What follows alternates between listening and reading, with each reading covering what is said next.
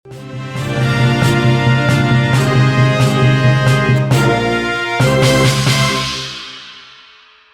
pelatih PSM Makassar sekaligus pelatih Persib Bandung, Robert Rene Alberts sedang bahagia.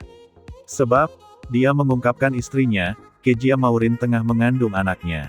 Dalam berita Persib hari ini, hal itu terungkap dari unggahan Instagram Robert.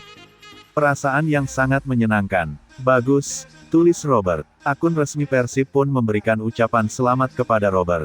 Congratulations, Koah, ungkap akun bercentang biru tersebut.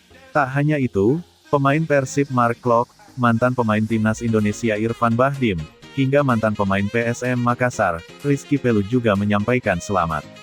Sementara itu, Kezia Maurin mengunggah fotonya sebagai foto profil yang sedang mengandung.